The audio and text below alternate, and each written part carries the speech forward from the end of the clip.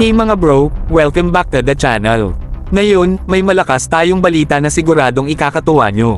Kinumpirma ni AFP Chief of Staff General Romeo Bronner na inaprubahan na ni President Ferdinand Marcos Jr. ang acquisition ng multi-role fighters, MRFs. Ngayon, nasa AFP at DND na ang bola para tapusin ang deal. Hindi na ito bago. Inaprubahan na ni President Marcos ang Re-Horizon 3 shopping list na nagkakahalaga ng halos 2 trillion pesos sa loob ng 10 taon, na kasama ang plano na bumili ng 40 o higit pang brand new MRFs.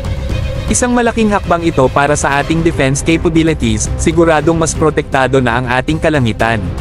Sa mga nakaraang posts natin, nabanggit natin na ang MRF Acquisition Project Phase 1 ay inaasahang i-award sa winning proponent sa loob ng 2024. Ibig sabihin, mas malapit na nating makita ang mga state-of-the-art jets na ito na sumasali sa ating fleet. Isipin nyo ang strategic advantage na dala ng mga fighters na ito sa ating Air Force, lalo na sa parehong defensive at offensive operations. Ang pag-aproba ni President Marcos sa malaking budget na ito ay nagpapakita ng dedikasyon ng kanyang administrasyon sa pagpapalakas ng ating armed forces. Hindi lang ito tungkol sa kagamitan, ito'y tungkol sa pag-invest sa kaligtasan at kinabukasan ng ating bansa. Habang inaabangan natin ang pagdating ng mga MRFs, maaari tayong umasa sa isang mas formidable at handang Air Force na kayang harapin ang anumang hamon.